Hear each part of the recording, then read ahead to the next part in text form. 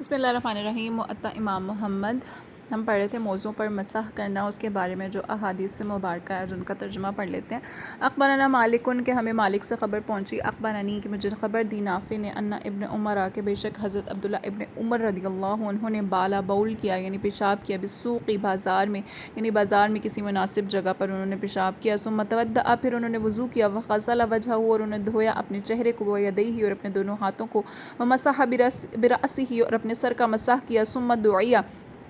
پھر ایک لایا گیا لجنازۃ جنازہ ہی نہ جب دخل المسجد آپ مسجد میں داخل ہو رہے تھے، لیصلی علیہ تاکہ اس پر نماز جنازہ پڑھی جائے، فمسح بس آپ نے مسح کیا علی خفیہ اپنے دونوں جو ہے وہ موزوں پر، ثم صلی اور پھر آپ نے نماز جنازہ ادا کر لی۔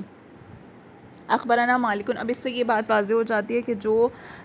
موضوع پر مسح کرنے کا حکم ہے وہ بالکل ایسے ہی ہے جیسے وضو شرعی میں ہوتا ہے، یعنی کہ جیسے کہ ہمارے پاؤں وغیرہ دھوئے جاتے ہیں تو بالکل ہمارا وضو کامل ہی اس میں شمار ہوگا، اور اس صورت میں جو ہے وہ نماز جنازہ بھی پڑھائی جا سکتی ہے، پڑھی جا سکتی ہے، بشرط یہ کہ پڑھائی کی صورت میں جا سکتی ہے جب ان سے زیادہ افضل کوئی وہاں پر موجود نہ ہو۔ اب اور ان سے زیادہ افضل کوئی وہاں پر موجود ہے، امامت کا زیادہ حقدار ہے، تو پھر وہ امامت کرا سکتا ہے، لیکن اگر کوئی اور ایسا نہیں ہے تو پھر اس صورت میں کہتے ہیں کہ موضوع پر مسح کرنے والا بھی امامت کروا سکتا ہے، ٹھیک ہے۔ تو یہاں پر ذکر ہے کہ انہوں نے نماز جنازہ ادا کی تھی، تو اس کا مطلب یہ ہے کہ وہ شخص جو ہے وہ بالکل ایسا ہی ہوگا جیسے عام جس طرح وہ وضو کرتا ہے تو اس حکم میں ہوتا ہے، تو بالکل اسی طرح سے اس کے لیے یہ سب کچھ کرنا جائز ہوگا جو کہ ایک عام وضو والے شخص کے لیے سب کچھ کرنا جائز ہوتا ہے۔ اخبرنا مالکن، ہمیں مالک سے خبر پہنچی، اخبرنی ہشام بن عروہ کہ مجھے جو ہے وہ ہشام بن عروہ نے خبر دی ہے، وہ اپنے والد سے روایت کرتے ہیں، انہ رأى کہ انہوں نے دیکھا اباہو اپنے باپ کو، یمسح وہ مسح کر رہے تھے، علی الخفین موزوں پر، علی ظہورہما ان دونوں کی پشت پر، لا یمسح بطونہما اور ان دونوں کے پیٹ پر نہیں۔ پشت سے مراد کیا ہے کہ اوپر والے حصے پر مسح کیا تھا، نیچے والے حصے یعنی اس کے پیٹ پر مسح نہیں کیا تھا۔ قال وہ بیان فرماتے ہیں، ثم پھر یرفعو انہوں نے اتارا الامامت اپنے امامے کو، فیمسح پس انہوں نے مسح کیا برأسہ اپنے سر کا۔ قال محمد بیان فرماتے ہیں، وبہذا اور اسی بنیاد پر، کلہ ناخذ ہم اسی تمام کو لیتے ہیں، وہ ہوا قول ابو حنیفہ اور امام ابو حنیفہ رحمۃ اللہ علیہ کا بھی یہی قول ہے، ونرا اور ہماری رائے یہ ہے کہ المسح مسح کرنا للمقیم مقیم شخص کے لیے یوم و لیلۃ ایک دن اور ایک رات ہے، وثلاثۃ ایام و لیالیھا اور 3 دن اور 3 راتیں ہیں، للمسافر مسافر کے لیے۔ وقال مالک بن انس اور مالک بن انس کہتے ہیں، لا یمسح المقیم کہ مقیم شخص جو ہے وہ مسح نہیں کرے گا، علی الخفین اپنے موزوں پر، وعامۃ اور عام طور پر، ھذہ الاثار کہتے ہیں یہ جو آثار ہیں، یہ جو احادیث مبارکہ ہیں، التی وہ جو روایت کی ہیں مالک نے فی المسح مسح کے بارے میں، انما سوائے اس کے نہیں، یا وہ فی المقیم مقیم کے بارے میں بھی ہیں۔ ثم قال پھر فرمایا، لا یمسح المقیم کہ نہیں مقیم شخص مسح کر سکتا، علی الخفین موضوع پر، یعنی کہتے کہ امام مالک نے یہ جو روایات وغیرہ بیان کی ہیں نا، وہ ان کے بیچ میں جو ذکر آ رہا ہے وہ دیکھا جائے تو مقیم شخص کے لیے ہی آ رہا ہے، کہ ظاہر سی بات ہے حضرت ابن عمر بازار میں موجود تھے تو وہ مقیم تھے نا، اپنے گھر کے پاس کسی بازار وغیرہ میں موجود تھے۔ اسی طرح سے جو ہے وہ یہ جو عروہ ہیں ان کے والد ہیں، انہوں نے بھی اپنے گھر میں ہی موجود مقیم شخص نے ہی مسح کیا تھا، تو اس سے یہ بات واضح ہو جاتی ہے کہ مسح کی جو مدت ہے مقیم شخص کے لیے 1 دن اور 1 رات ہے۔ اور امام مالک کی یہ جو اس کے بارے میں اختلافی رائے ہے تو وہ محض ان کی اپنی رائے ہے، جبکہ احادیث مبارکہ سے خلاف ہے، تو اس لیے احادیث مبارکہ پر ہی عمل کیا جائے گا، اور عقلی یعنی رائے کو فوقیت نہیں دی جائے گی۔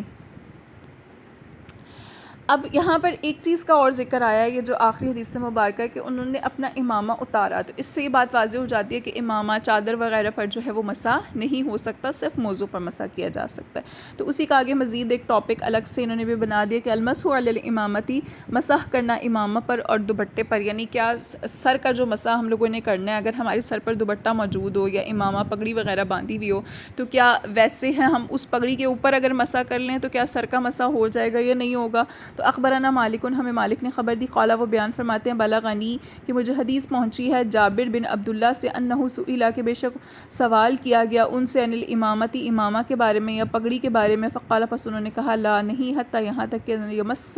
یمس الشعر چھو لے بالوں کو، الماء پانی، یعنی کہ پانی جو ہے وہ بالوں کو پہنچنا چاہیے تبھی اس کا مسح جو ہے وہ درست شمار ہوگا۔ اچھا، قال محمد اور محمد بیان فرماتے ہیں، وبہذا اور اسی بنیاد پر ناخذ وہ ہم اس کو لیتے ہیں، وہ ہوا قول ابو حنیفہ اور یہی امام ابو حنیفہ رحمۃ اللہ علیہ کا قول ہے۔ اخبرنا مالک ہمیں مالک سے خبر پہنچی، حدثنا ہمیں حدیث بیان کی نافع نے، قال وہ بیان فرماتے ہیں، رأیت میں نے دیکھا صفیہ ابن ابنت ابی عبیدہ، صفیہ بنت ابی عبیدہ کو تتودع کہ وہ وضو کر رہی تھیں، وتنزی اور انہوں نے اتار دیا خمارہا اپنے دوپٹے کو، ثم پھر تمسحو انہوں نے مسح کیا برأسہا اپنے سر کا، قال نافع بیان فرماتے وانا اور میں یومئذ اس وقت صغیر چھوٹا تھا، یعنی جب میں نے ان کو دیکھا تھا نا تو اس وقت میں چھوٹا تھا، یعنی نابالغ تھا، تو اس وقت جو ہے وہ انہوں نے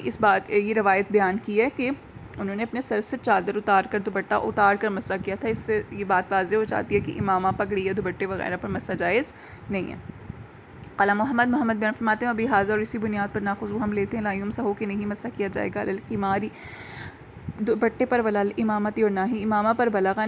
بلغنا کہ ہمیں جو ہے وہ پہنچی ہے یہ بات کہ ان المسح کہ بے شک مسح کرنا علی الامامتی امامہ پر، کانا تھا یعنی پہلے ہوا کرتا تھا، فطوری کا پس اسے ترک کر دیا گیا، وہوا قول ابی حنیفہ اور یہی امام ابو حنیفہ رحمۃ اللہ کا قول ہے، والعامتی اور عامہ کا بھی قول ہے، یعنی عام جو من فقہائنا ہمارے فقہا میں سے ہیں ان سب کا یہی قول ہے۔ تو اس کے بارے میں یہ کہا جاتا ہے کہ جہاں پر اگر کہیں امامہ وغیرہ یا پگڑی وغیرہ یا دوپٹے وغیرہ پر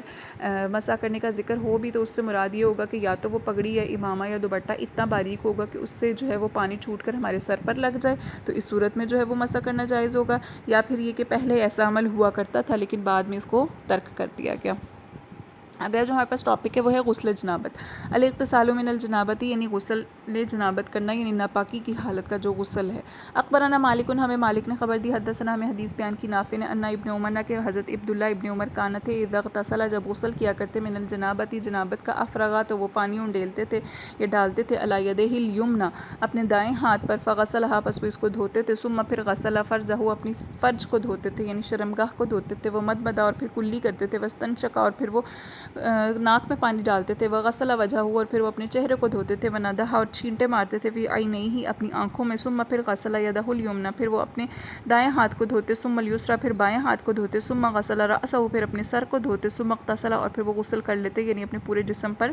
پانی بہا لیتے، تو وہ افاد اور بہاتے الماء پانی علی جلدہ اپنے تمام جلد پر یا اپنے جسم پر۔ اور قال محمد بیان فرماتے ہیں وبہذا اور اسی بنیاد پر کلہ ناخذ ہم اس تمام کو لیتے ہیں، الا الندھا مگر یہ جو چھینٹے مارنا ہے، فی العینین آنکھوں میں، فإن پس بے شک ذالک یہ لیس بواجب یہ واجب نہیں ہے، علی الناس لوگوں پر، فی الجنابتی جنابت کی حالت میں، وہو قول ابی حنیفہ اور امام ابو حنیفہ کا بھی یہی قول ہے، ومالک بن انس والعامۃ اور مالک بن انس کا بھی یہی قول ہے، اور عامہ یعنی عام جو فقہاء ہیں ان کی بھی یہی رائے ہے کہ جو آنکھوں میں چھینٹے مارنا یہ ایسا کرنا واجب نہیں ہے، باقی جو عمل ہیں وہ سارے کے سارے ان کے نزدیک جو ہیں وہ واجب کے حکم میں آتے ہیں۔ کہتے ہیں اس حدیث کا جو مرکزی مضمون ہے وہ غسل کا سنت طریقہ یہاں پر بیان کرنا ہے۔ الکسانی لکھتے ہیں کہ غسل میں درج ذیل باتیں مسنون ہیں کہ غسل کرنے والا سب سے پہلے برتن بائیں ہاتھ میں لے کر اس کو دائیں ہاتھ پر پانی ڈالے اور دونوں ہاتھوں کو کلائیوں تک دھوئے، پھر دائیں ہاتھ سے بائیں ہاتھ پر پانی انڈیل کر بائیں ہاتھ کے ذریعے اپنی شرمگاہ دھوئے، پھر تمام اعضاء وضو کو 3 مرتبہ دھوئے لیکن پاؤں نہ دھوئے، پھر اپنے سر اور پورے جسم پر 3 مرتبہ پانی بہائے، پھر وہاں سے ذرا ہٹ کر اپنے پاؤں کو دھو لے۔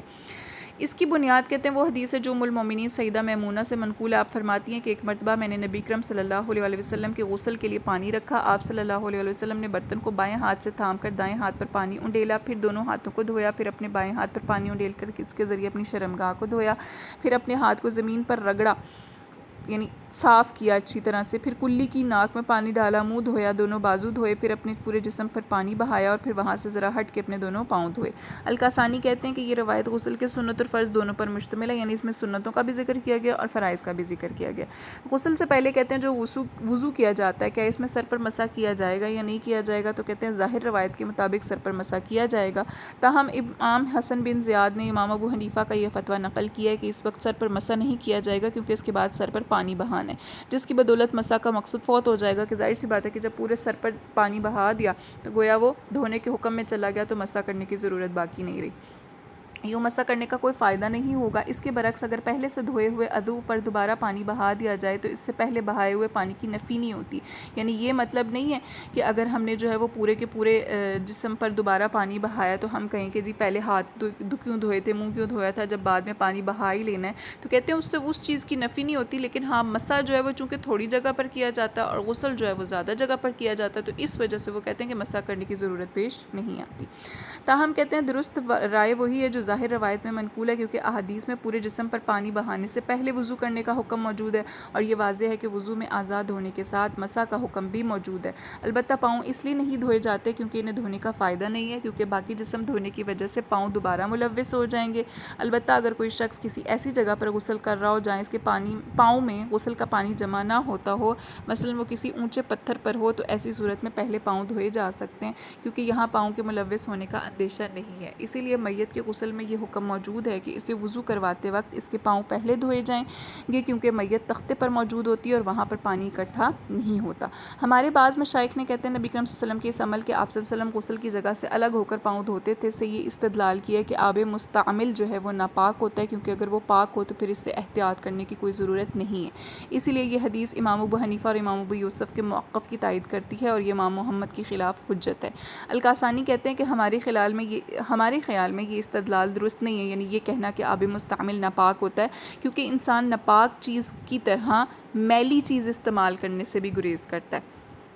اس لیے وہ کہتے ہیں آب مستعمل جو ہوتا ہے وہ میلا تو ہوتا ہے، گندا تو ہوتا ہے، لیکن ناپاک نہیں ہوتا۔ تو کہتے ہیں جبکہ انبیاء کرام علیہ السلام کی طبیعت میں جو نظافت ہے، طہارت ہے، اس کا جو مادہ ہوتا ہے وہ بدرجہ عدم موجود ہوتا ہے، یعنی مکمل طور پر موجود ہوتا ہے، اور استعمال شدہ پانی بہرحال گندا ہوتا ہے، ناپاک نہیں ہوتا، یعنی اس سے وہ یہ استدلال کرتے ہیں۔